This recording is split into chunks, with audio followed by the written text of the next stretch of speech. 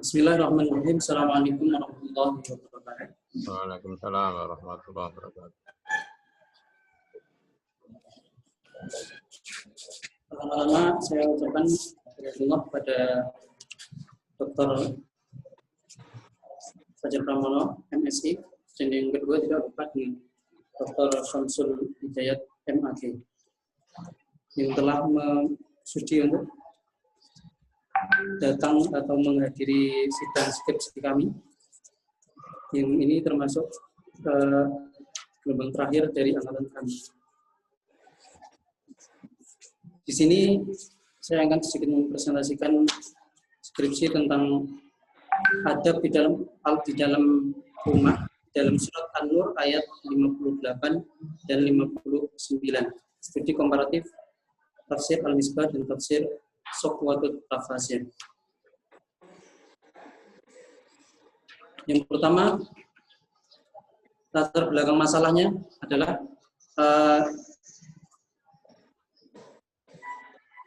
dengan mengajarkan adab kepada keluarga akan melindungi kita dari api neraka.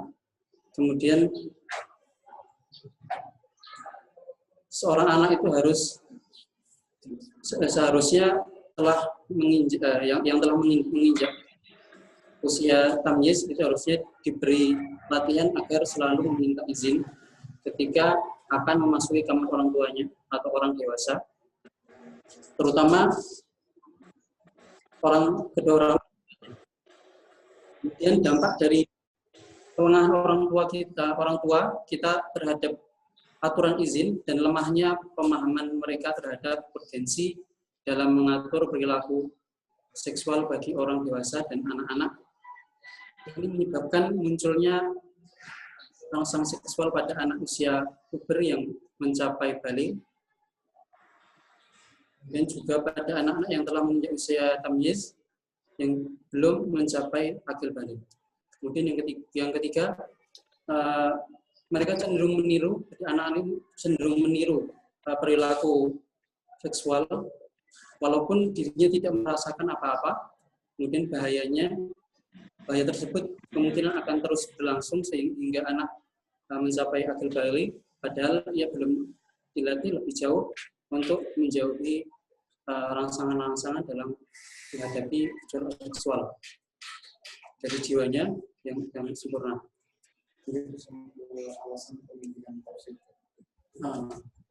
Langsung lanjut. Kenapa saya memilih tafsir Al-Misbah dan Sofwatut Tafasir? Yang pertama adalah kedua tafsir ini memiliki perbedaan dalam ruang dan waktu. Yang pertama, Sofwatut Tafasir disusun pada tahun 1930, sedangkan tafsir Al-Misbah pada tahun 2000. Kemudian yang kedua, baik Syekh Muhammad Ali As-Sabuni maupun Muhammad Quraish Shihab, keduanya sama-sama memiliki latar belakang pendidikan di Kairo, Mesir, tetapi mereka berdua memiliki budaya yang berbeda. Yang satu dari Jazirah Arab, yang satunya dari Indonesia. Jadi, atas metode penelitian yang kami pakai di sini, jenis penelitiannya adalah penelitian pustaka atau library research, kemudian teknik pengumpulan datanya, dokumentasi, kemudian yang merupakan metode yang digunakan untuk memperoleh data penelitian yang sumbernya pada tulisan berupa dokumen, pelaksanaan dengan cara meneliti menyelidiki benda-benda tertulis, baik itu buku, dokumen atau yang sebagainya. Jadi, teknik pengumpulan datanya, mengumpulkan kitab-kitab tafsir, yaitu maksudnya ada dua kitab tafsir itu, kemudian menjadi objek kajian, kemudian memfokuskan pada surat An-Nur ayat 58 dan 59. Kemudian yang kedua melihat konteks masing-masing ayat, yang ketiga memaparkan penafsiran pada masing-masing kitab tafsir. Kemudian teknik analisa data. Lancar. langkah berikutnya setelah tadi data sudah terkumpul, maka dianalisis menggunakan metode muqarrin, jadi perbandingan. Kemudian membandingkan, yang pertama adalah membandingkan nas ayat Al-Quran yang memiliki persamaan atau kemirikan redaksi dalam dua kasus atau lebih. Kemudian membandingkan berbagai pendapat ulama tafsir dalam menafsir Al-Quran. Kemudian dalam konteks ini Nasiruddin Ghaidan mengutip perkataan Al-Farmawi dalam bahwa metode komparatif menjelaskan ayat-ayat Al-Quran yang berdasarkan pada apa yang telah ditulis oleh sejumlah mufassir. Untuk abstraknya,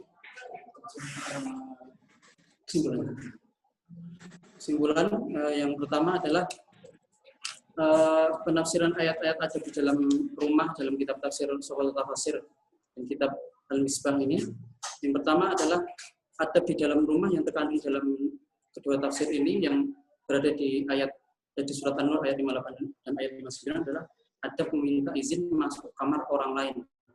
Jadi tidak hanya orang tua, tetapi seluruh anggota keluarga yang ada di dalamnya, yaitu termasuk orang tua, majikan, atau pembantu, atau anak-anak baik yang sudah akil balik atau yang belum akil balik.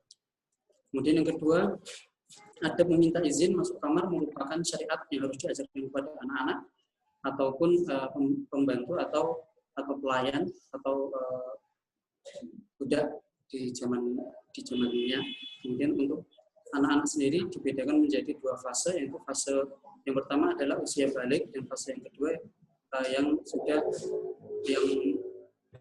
yang pertama adalah yang balik, kemudian kedua yang belum masuk usia balik, kira-kira seperti itu. Kemudian yang ketiga, adab ini juga berlaku bagi orang tua atau majikan tadi yang saya sebutkan, sebagaimana yang dijelaskan dalam tafsir Al-Misbah hukum ala ba'din, bahwa ayat ini mengisyaratkan bahwa ketentuan hukum adab meminta izin ini berlaku secara timbal balik. Jadi para tuan rumah atau tuan pemilik hamba-hamba saya atau majikan harus minta izin juga kepada pembantu ketika akan hadir di tempat-tempat hamba saya atau pembantu ketika mereka sedang berada di dalam tempat-tempat itu.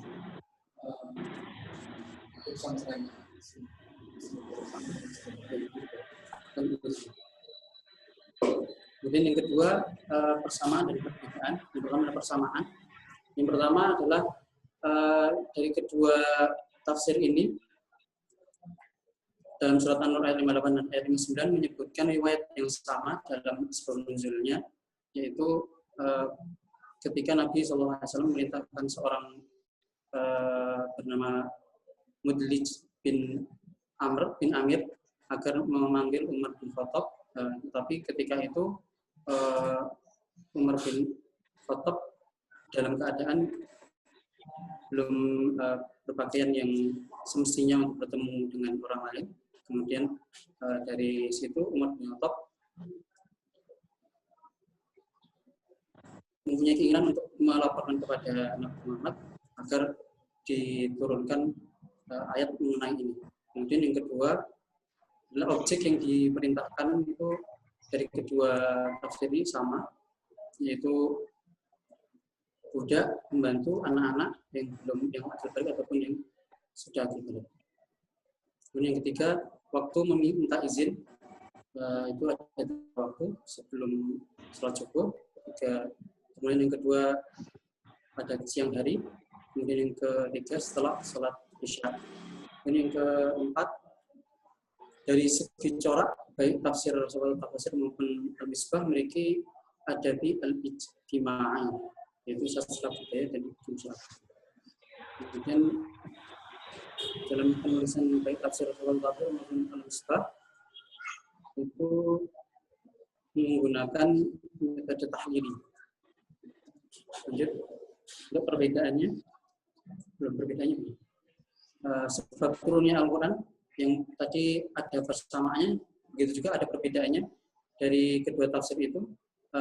Al-Asabuni dalam ayat ini hanya memberi satu riwayat, yaitu ketika Mudlij bin Amir tadi. Kemudian sedangkan Quraish Shihab dalam tafsir Al-Misbah, beliau menyebutkan 2 riwayat yang atau memberi riwayat lain, yaitu yang disebabkan oleh Asma bin Mursyid yang dikunjungi oleh seseorang pada waktu yang tidak tepat. Kemudian yang selanjutnya, Al-Asabuni mengutip perkataan Abu Hayyan, yakni mereka datang dan menemui kalian di rumah pada pagi dan sore hari tanpa izin kecuali pada waktu tersebut. Kemudian sementara Muhammad Syihab menerangkan bahwa ayat ini mengisyaratkan bahwa ketentuan hukum adil ini juga berlaku bagi orang tua pada anaknya atau majikan kepada pembantunya atau hamba saya. Kemudian bentuk penafsirannya tadi, Al-Asabuni cenderung tafsir bil maksur sekaligus tafsir bil ra'i, sedangkan Al-Misbah lebih condong ke tafsir bil ra'i. Ini itu bisa saya sampaikan. Assalamualaikum. Demikian pemaparan dari peserta munakasyah. Selanjutnya kepada peserta waktu dan tempat kami persilakan.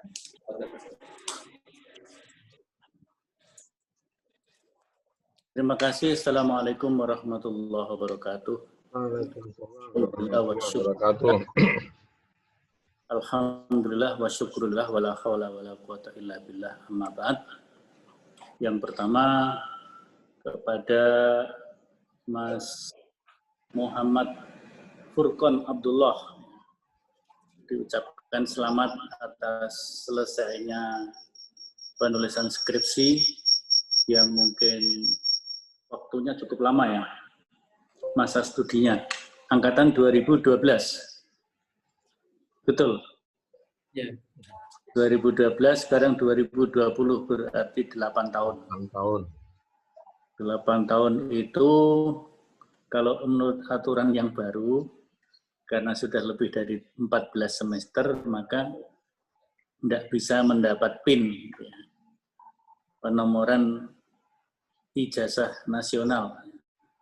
Di WMS beberapa juga begitu, asal mereka mau menerima ijazah tanpa PIN, ya enggak apa. Terutama yang memang tidak menginginkan dengan ijazahnya untuk ngelamar pekerjaan di mana-mana. Sorry, nanti aturannya berubah ya, Ustaz. Dan berubah. Tapi kalau menginginkan, ya berarti harus diperbarui nomor induknya atau pindah studi kalau di WMS begitu. Baik. Skripsi yang ditulis oleh Mas atau Ustadz Muhammad Furqon Abdullah ini sebenarnya judulnya cukup bagus ya, sangat bagus. Adab di dalam rumah menurut tafsir Al-Misbah dan tafsir Safwatut Tafasir, dengan mengkaji An-Nur ayat 58 sampai 59. Hanya saja dalam penulisan pengetikan banyak sekali kesalahan-kesalahan, nanti harus diteliti ulang. Mana huruf besar, mana huruf kecil itu masih campur aduk di sini ya. Kemudian di samping itu saya ini karena nggak punya print-out-nya, jadi melihatnya, tapi mungkin coba saya ini ya, saya share.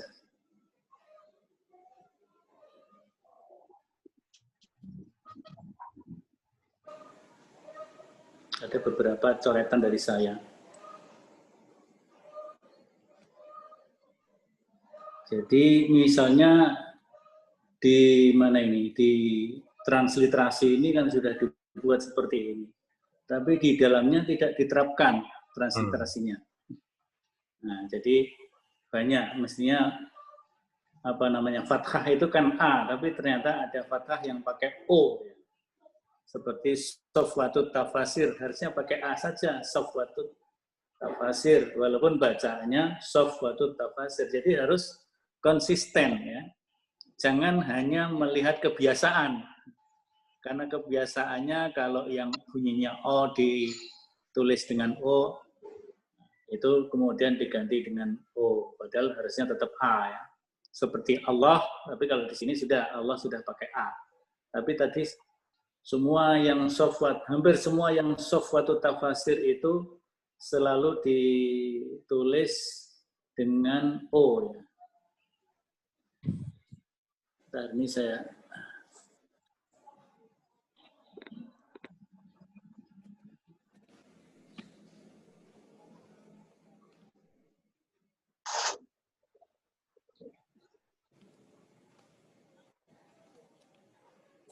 mandek ya.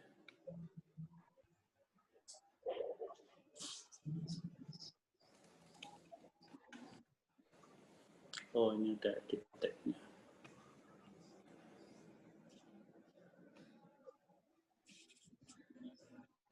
Ini kok macet ini.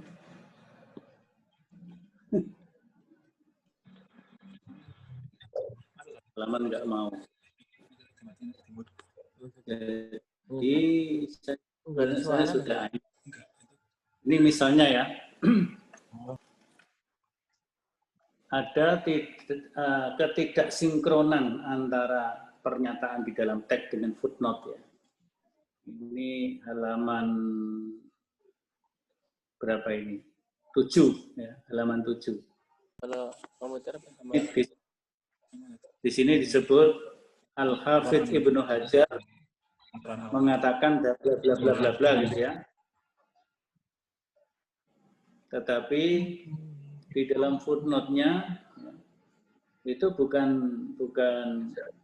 Al-Hafidz Ibnu Hajar, tapi di sini Muhammad Nur Abdul Hafidz Suwaid Manhaj At-Tarbiyah. Ini berarti ada kutipan tidak atau kutipan mengutip orang yang mengutip orang. Jadi Mas Furqan mengutip Ibnu Hajar Al-Asqalani yang dikutip oleh orang juga, gitu harusnya disebutkan. Jadi kalau begini mesti apa? Al-Hafidz Ibnu Hajar bagaimana dikutip oleh, harusnya begitu kan? Sebagaimana dikutip oleh ini Muhammad Nur Abdul Hafidz Suwaid mengatakan bla bla bla, baru begitu supaya sinkron ya. Jadi apa namanya, kutipan-kutipan. Jadi kita mengutip orang yang mengutip orang lain lagi kan begitu. Dan itu boleh seperti itu. Makanya ini harus dibenahi. Ini ada ketidaksinkronan antara teks body tag dengan footnote-nya. Kemudian ini yang tidak konsisten tadi ya, transliterasinya tidak diterapkan. Oh ya, kelihatan tuh ya, nanti dicek lagi. Ini belum pertanyaan deh, ini baru menunjukkan beberapa apa namanya kekurangan yang perlu dibenahi.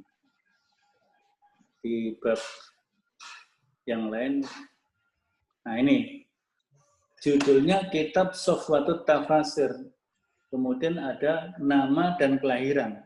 Ini nama kelahirannya siapa? Nama kelahirannya Sofwatut Tafasir atau nama kelahirannya penulisnya? Dan begitu harusnya disebut. Daripada begitu mungkin profil penulis kitab Sofwatut Tafasir. Jadi disebutkan ya. Atau profil Muhammad Ali As-Sobuni begitu. Sehingga baru disebut nanti nama lengkapnya dan sebagainya. Kalau begini nama dan kelahirannya berarti kan nama kelahiran dari kitab Sofwatut Tafasir. Karena dari kitab Sofwatut Tafasir langsung menuju kepada nama, kecuali kalau ada pengantar, kitab Sofwatut Tafasir ditulis oleh bla bla bla bla bla. Baru nama dan kelahiran mungkin baru bisa begitu. Baik. Nah, itu nanti silahkan dilihat. Nah, mungkin ini yang saya beri coretan nanti saya kirim ke Pak Arif supaya diteruskan ke Mas Furqon. Saya ingin bertanya sekarang,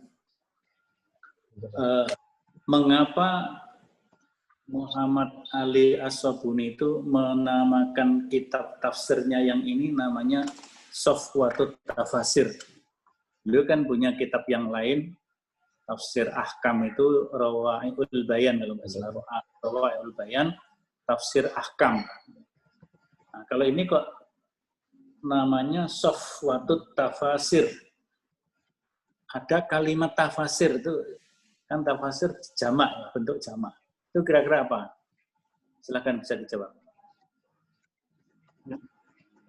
Tafsir ini dia mengambil dari berbagai macam tafsir yang dahulu, seperti tafsir Ibnu Katsir, kemudian tafsir Al-Quran dan yang lain-lainnya. Beliau mengumpulkan pendapat-pendapat itu dijadikan rujukan beliau untuk menafsirkan ayatnya. Itu hanya sekedar rujukan atau beliau membandingkan antara tafsir yang satu dengan tafsir yang lain? Jadi ya dibandingkan, mungkin nanti oleh beliau diistimbatkan oleh beliau. Jadi kalau membandingkan berarti secara metodologis tafsirnya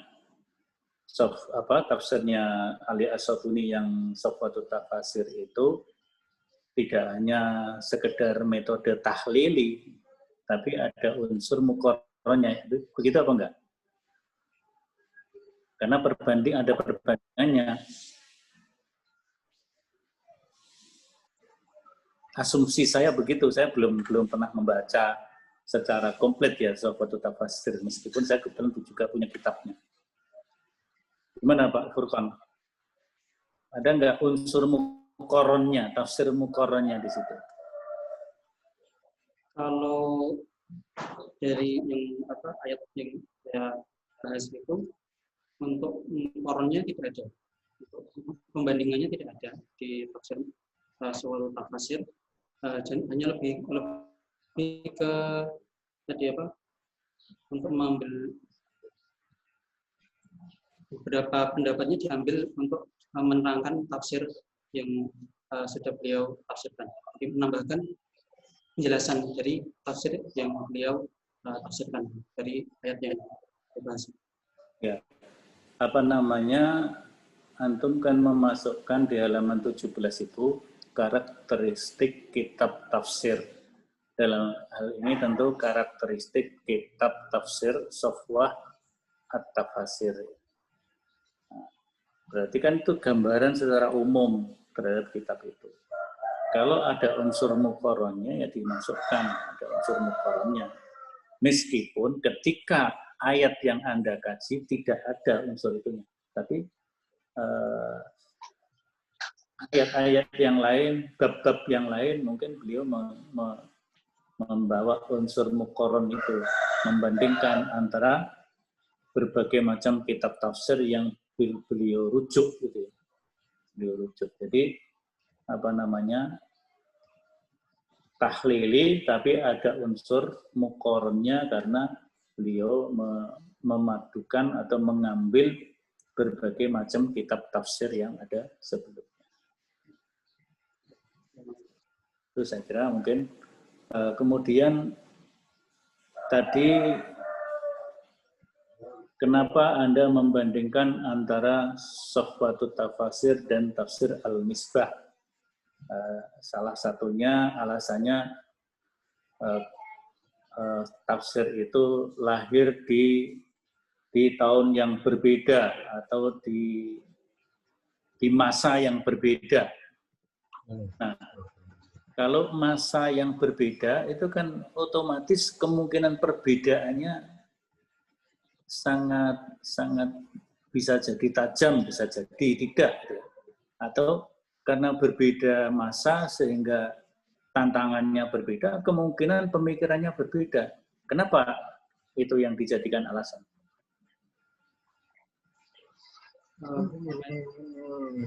tafsir ini kan termasuk tafsir kontemporer. Jadi Yang kontemporer yang mana? Sohbat Safasir. Al-Misbah kontemporer enggak? Sohbat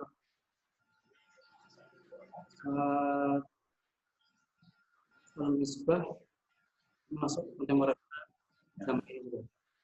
Masuk kontemporer juga kan gitu. Bedanya Tapi ya sama-sama kontemporer ya. Tapi tadi kan disebutkan oleh Mas Furqon di masa yang berbeda tadi itu loh. Kenapa Anda menonjolkan kata-kata itu untuk menunjukkan alasan memilih dua kitab itu? Gitu.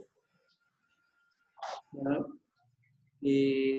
dari dua tafsir ini kita ingin melihat apakah dari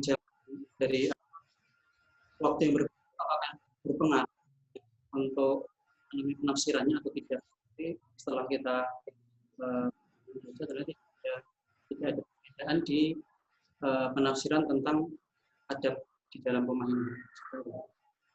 Nah, sekarang begini, terjadinya perbedaan dalam menafsirkan tentang adab di dalam rumah. Itu kira-kira kan Anda mendalami dua tokoh penulis tafsir yang sama-sama kontemporer, tapi ada sedikit masa yang berbeda, kemudian kultur yang berbeda. Meskipun sebenarnya Pak Quraisy itu kalau lihat biografi yang Anda tulis itu kan Pak Quraisy juga berasal dari keturunan Arab, kalau nggak salah Yaman ya. Jadi sama-sama ada kultur Timur Tengahnya. Nah, kenapa bisa jadi berbeda itu kira-kira karena apa? Kan sama-sama lulusan Al-Azhar juga. Gimana kira-kira jawabannya? Kelahiran dan lingkungan yang ada dalam keluarga beliau. Orang Indonesia dan kebiasaan orang Arab. Ya. Yang terakhir ini kurang jelas jawabannya, karena ada suara kurang jelas. Dari dua yang Al-Misbah ini, Quraisy, beliau lahirnya di Indonesia, di kalangan di Indonesia. Mungkin kalau yang ada seperti ini, memang aslinya beliau dari Tengah Jawa. Jadi perbedaannya karena disebabkan oleh perbedaan kultur atau bagaimana? Kultur. Perbedaan kultur kemudian bisa membentuk pola pikir, begitu maksudnya? Baik. Inti persamaan dalam masalah pandangan dua mufassir itu terhadap masalah adab itu apa yang inti persamaannya?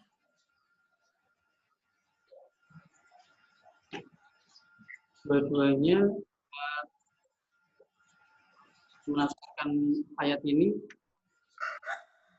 tentang perintah untuk mengajarkan kepada anak-anak ataupun pembantu ataupun budak dan yang ada juga dalam keluarga itu untuk selalu meminta itu ketika akan memasuki kamar orang lain. Jadi tidak hanya orang tua tapi bahkan kepada pembantu, saling balik. Ya baik, Pak Arif, waktu saya sudah habis belum? Sudah habis ya, baik. Kalau sudah habis ini ya beberapa contoh ke yang perlu dibenahi ya Mas ya. Jadi karya tokoh itu tokoh siapa itu harus jelas. Walaupun maksudnya Quraisy Shihab ya. Jadi beberapa hal yang kurang tepat ya. Saya kira itu saja. Terima kasih. Saya kembalikan kepada Ketua Sidang. Assalamualaikum warahmatullahi wabarakatuh. Waalaikumsalam warahmatullahi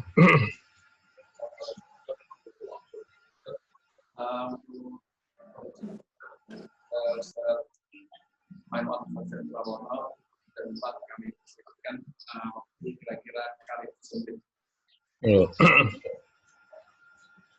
Assalamualaikum warahmatullahi wabarakatuh.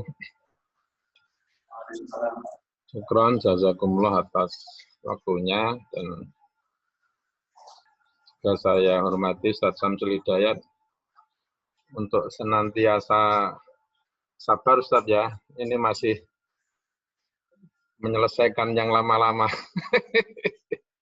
Tentunya masih sangat jauh dari yang ideal ya. Paling tidak nanti kalau sudah sumbatan-sumbatan itu sudah kita alirkan, semoga nanti akan lebih sehat kembali. Yang ketiga, saya ucapkan selamat mabruk ya kepada Akuna Furqan ya, yang telah mungkin dengan segala dinamikanya yang akhirnya juga selesai juga ya. Mestinya antum sudah selesai S2 atau sudah pertengahan S3 seharusnya kalau waktunya disiplin ya. Karena skripsi itu seharusnya cukup 6 atau paling banter 1 tahun. Nah, ngerjakan skripsi 2 tahun itu mending kerjakan tesis saja kan gitu. Oke. Nggak apa ya. Yang keempat, Ustadz Firdaus ya, kayaknya tadi belum dikirim untuk tanda tangan. Itu nggak apa-apa loh pakai ini aplikasi PDF itu. Nanti mohon dikirimkan aja, nanti kita kirim terus kita kelilingkan ke Ustadz. Bisa langsung ini untuk lembaran. Oh ya, nanti setelah itu loh ya, lembaran tanda tangan berita acara itu loh. Itu nanti bisa langsung aja pakai PDF, saya tanda tangani, antum kirim PDF, saya tanda tangani, nanti kita kirim ke Ustaz Syamsul Hidayat, nanti bisa langsung ke antum. Itu sudah. Oke ya, saya langsung aja ke judul skripsinya ya, Ustaz Furqan ya ini. Langsung aja ke judul ya. Catatan-catatan juga saya titipkan ke Ustaz Fatih. Ya. Nanti kalau bagian juga ternyata belum sempat tertulis, nanti secara umum bisa saya tulis dalam skripsi, hanya nanti catatan-catatannya segera saya susulkan. Satu kaitan dengan judul ya, mohon dilihat ya. Ini karena bekerja mengejar waktu ya. Antum lihat judulnya beda kan? Ini studi komparatif, ini ada adab di dalam rumah tangga dalam surat An-Nur ya. Ini mohon kejeliannya ya, kejeliannya. Terus kedua, kalau memang menulis itu sudah betul ya yang kapital itu sudah betul. Hanya yang studi komparatif tafsir Al-Misbah itu tolong masing-masing hurufnya besar ya, bukan studi. S-nya besar, K-nya besar, B-nya besar, dan seterusnya. Kemudian yang kedua untuk abstrak, ini yang selalu lagi-lagi. Ini kalau sudah ujian ya, belum ujian nggak usah disertakan. Sudah cukup ini saja. Kemudian yang ketiga, kalau ada surat pernyataan keaslian itu kalau memang harus antum sampaikan sekarang, itu ada materinya. Karena ini cukup besar ya. Ini adalah dalam rangka untuk memelihara konsistensi sikap fair kita ya. Ini benar-benar asli atau plagiasi, itu kita sudah percayalah sama antum, tapi hitam di atas putih itu tetap ada. Kalau memang ada hitam di atas putih itu ada materinya. Ini saya kira berlaku untuk semua mahasiswa. Tapi umpama nanti antum waktu revisi terus baru dikasihkan, ini juga tidak apa-apa. Tapi memang seharusnya waktu ujian itu juga ada, sehingga nanti penguji tidak gampang ya untuk menentukan penilaian. Karena kalau sudah plagiasi dengan sistem pengecekan turnitin itu ya termasuk itu kan ada batas sekian persen, kalau tidak terpenuhi ya udah nggak dikoreksi. Oke, kaitannya dengan abstrak itu saya sudah sesuai dengan Pak Samsul ini memang substansinya jika kurang memenuhi syarat, terus penulisannya masih kurang rapi ya dan sebagainya. Makanya nanti ini tolong dirapikan kembali. Misalnya tentang penelitian menggunakan metode library. Kan nggak ditanyakan ini, cukup latar belakangnya apa? Oh, tujuannya mengetahui perbandingan penafsiran seterusnya. Oh ya, terus metode yang dipakai library, nggak usah dijelaskan aja. Nanti kan sudah dijelaskan di bagian di bab 1 ya, metode penelitian. Teknik pengumpulan nggak usah disebutkan di sini, baru nanti hasilnya kayak apa. Sebenarnya yang kita harapkan itu tidak normatif ya, seperti ini kan misalnya adalah adab meminta izin masuk kamar orang lain, baik itu orang tua, majikan, pembantu, atau anak baik yang sudah kerja. Itu kan normatif, artinya nggak kita lakukan penelitian tuh kalau kita membaca tafsir ini jelas akan muncul. Artinya ada sesuatu dari hasil penelitian antum itu apa, itu yang saya kira penting. Terus ini penulisannya itu konsistensi ya, kalau menggunakan temoroman ya temoroman. Mestinya ini bukan temoroman ya ini. Atau ukurannya yang seharusnya 12 jadi 11. Saya sudah mengikuti satu tadi. Kemudian kaitannya dengan kaitannya dengan kata pengantar ini penting ya. Apa sih pentingnya kita mencantumkan ini bahwa proses terwujudnya skripsi itu melibatkan banyak orang. Tentunya kan ada yang punya kontribusi langsung, tidak langsung. Yang tidak langsung itu siapa ya? Terkait dengan orang-orang yang ada di Setika Karima, Bapak Ibu itu kan yang tidak langsung. Sekalipun memang memiliki makna tersendiri. Tolong dibalik ya, jangan di awal. Kalau konteksnya berbeda, monggo nggak masalah. Orang tua dulu, istri yang tersayang, terus siapa ya. Itu sesuai dengan ini. Seberapa besar kontribusi dalam penyelesaian skripsi. Konteksnya begitu ya. Saya kira teman-teman yang lain sudah begitu. Termasuk teman-teman yang seangkatan itu boleh juga disebutkan saja siapa saja seangkatan antum yang sebagai teman diskusi apa itu biar ada dokumentasinya. Antum di Setika Karima itu pada angkatan siapa saja nama itu nggak apa-apa disebutkan. Oke ya, ini nggak perlu dikasih nama karena sudah ada di cover. Ini tebel ya maksud saya. Pendalan tebel, ini nggak ada judulnya. Bab 2 judulnya nggak ada. Daftar isi itu kan untuk melihat kan isinya kayak apa. Ini mau lihat apa. Ya, ini juga nggak ada, babnya nggak apa. Nanti terlihat di pembahasannya kayak apa itu kelihatannya. Kalau ya ini yang agak detail ya. Kemudian masih terkait dengan teknik kepenulisan itu adalah teknik kepenulisan itu ini ya. Ini marginnya itu loh. Ini kan luas sekali ya. Nah, yang benar itu 4, bawah 4, kiri kanan 3. Ini hurufnya enggak tetap masih hurufnya berbeda ini, bukan time roman. Terutama yang kiri, ini ke bawah terus ya. Ini ke bawah itu masih. Nanti saya kasihkan lagi ke antum. Ini terlalu luas ini, kurang mengirit termasuk ini. Oke ya. Terus di rumusan masalah bagaimana penafsiran ayat adab di dalam rumah dalam kitab Tafsir Tasawur, di kitab Al-Misbah. Dalam kitab Tafsir Tasawur Sawatut Tafsir dan kitab Tafsir Al-Misbah, betul. Dannya tolong diperhatikan.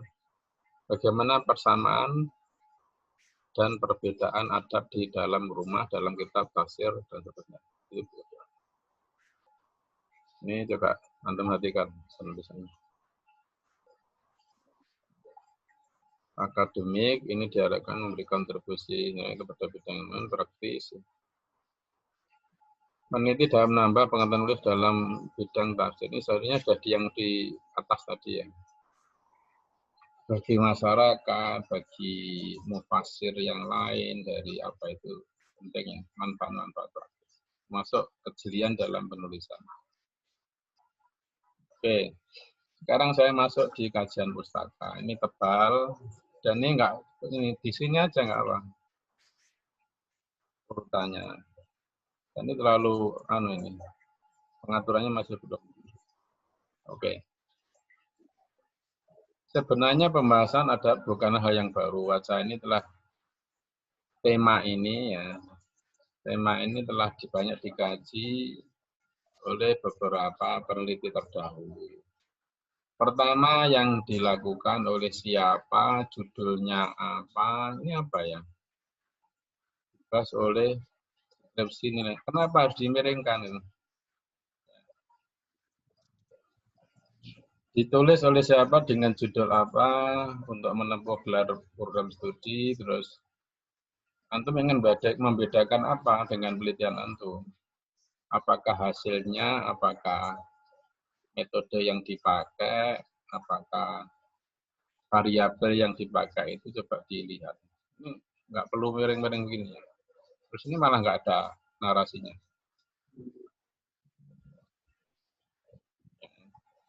Nah, melakukan hal ini mengenai masalah tertarik untuk melakukan bidang lebih lanjut dalam tentang kaitan yang bahas yang apa yang ini. Tapi ini tolong dirapikan. Termasuk penulisan. Oke. Konseptualis itu maksudnya tebel ya. Ditebeli. Terus ini joroknya. Kemudian soal adab. Ini ya juga daftar isinya apa? Catatan kakinya. Mestinya kan judulnya kan apa? Ustaz Furqan, antum. Adab dalam rumah. Hah? Apa Ustaz Furqan? Adab dalam rumah. Adab. Tapi kan kata kuncinya apa? Adab. Ini loh, antum kok panjang sekali. Ini kan hanya ditanya aja definisinya. Ini nanti bisa jadi antum ulang lagi di bab 3. Apa sih definisi adab dalam apa kamus apa, menurut tokoh apa ulama siapa, cukup 3 saja. Terus maunya antum adab ini dalam penelitian menggunakan ini apa? Enggak usah. Ini di bab 3 aja. Kan antum bahas lagi coba. Hajar ini. Antum cek lagi di bab 3 kan muncul lagi nanti. Ya. Ini kepanjangan ini. 2-3 paragraf saja. Nah, terus ngapain ini di dalam? Nah, enggak perlu. Menerangkan judulnya.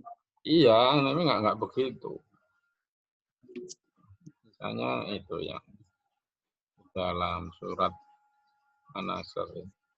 Beda loh ya, menjelaskan uraian itu dengan melakukan namanya landasan konseptualisasi. Apa sih landasan konseptualisasi itu? Tak Furqan. Kalau yang saya pahami itu menjelaskan tentang maksud dari judulnya. Penegasan judul. Penegasan judul itu kan tidak perlu panjang-panjang. Panjang-panjang itu di pembahasan. Ya.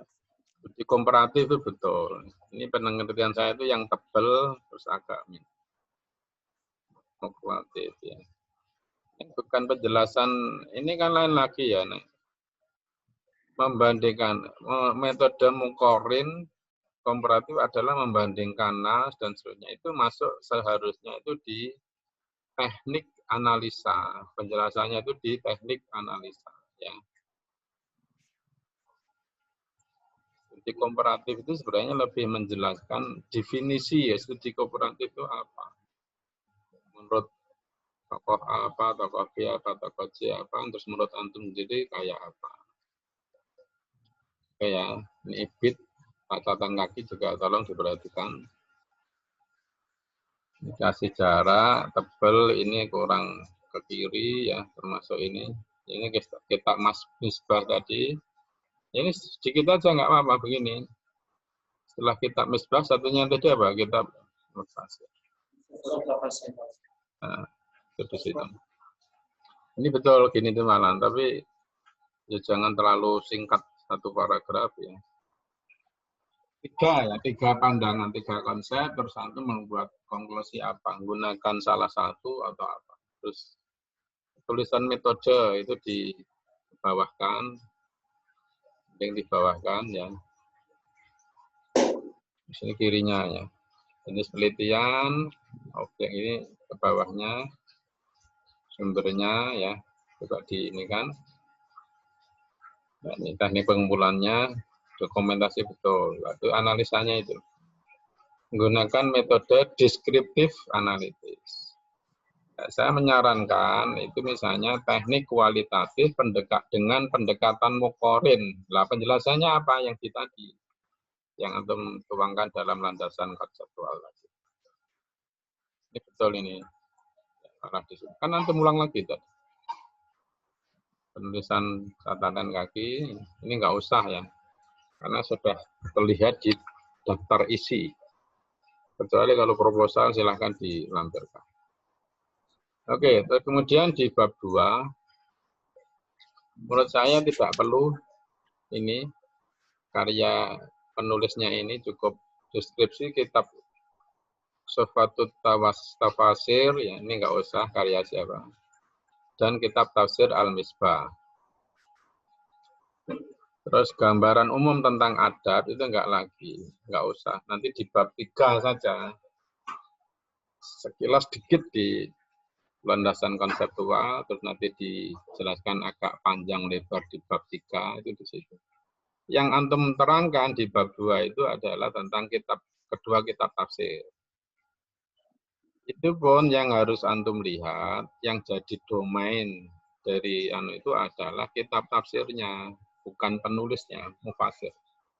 Mufasir itu malah justru misalnya tentang sejarah kepenulisannya kayak apa, pokok-pokok pembahasan dalam ini apa, ini malah panjang lebar tentang penulisnya. Ini tolong catatan kaki itu tolong dihindari, ini nggak benar ini. Ya. Coba nanti dianalisa ini, termasuk adapun kayak Muhammad Ali Jamil dan seterusnya Al-Subuni itu nggak usah dikasih angka, langsung aja ini koma gitu ya, nggak usah dikasih angka. Angka itu kalau panjang pembahasannya paling nggak 1 halaman 2 halaman dikasih angka ya enggak, ini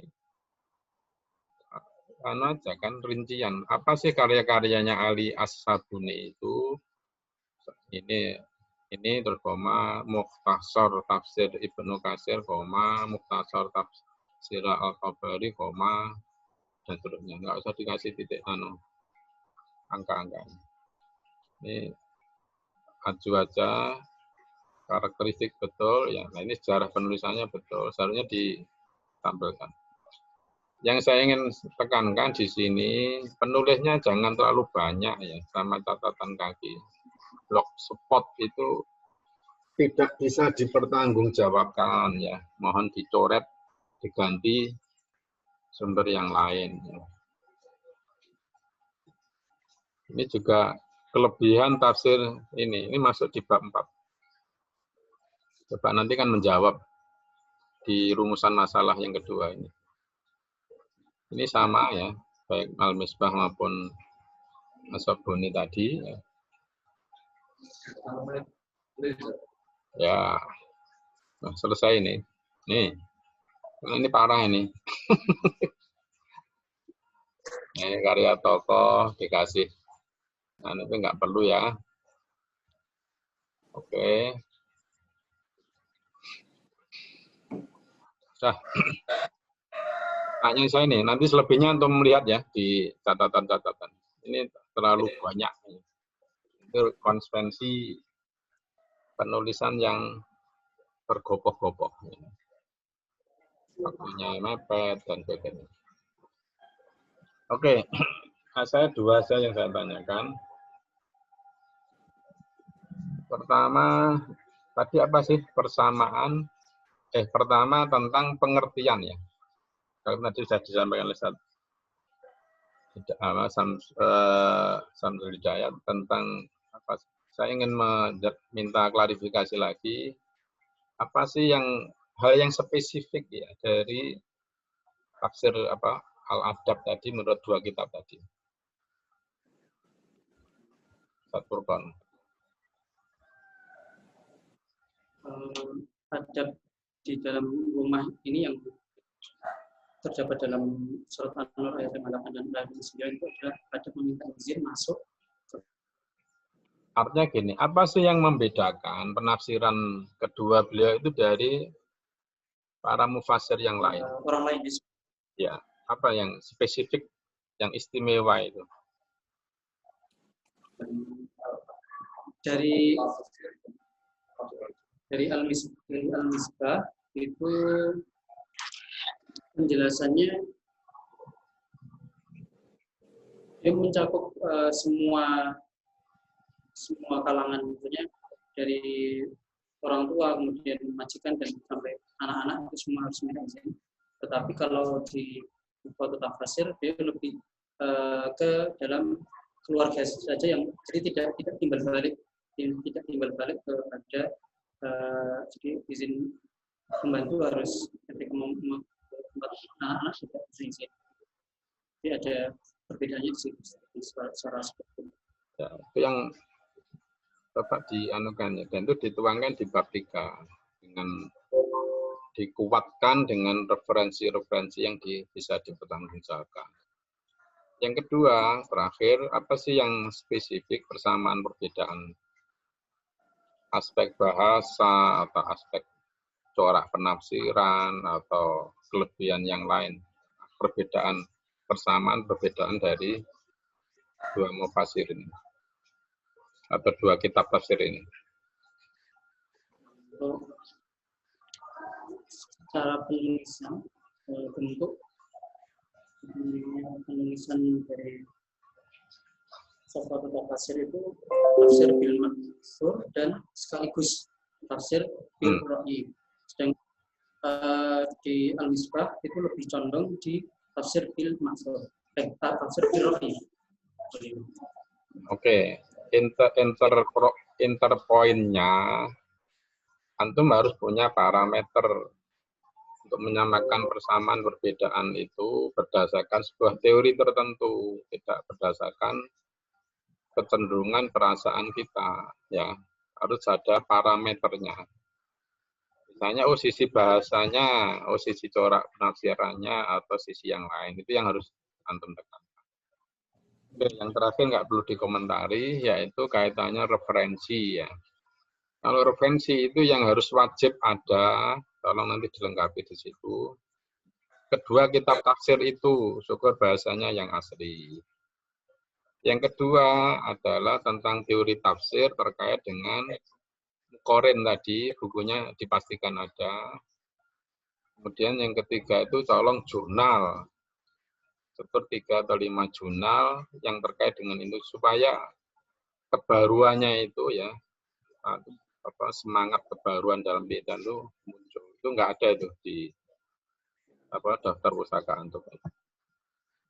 Itu aja Ustaz Firdaus, catatan-catatan dari saya.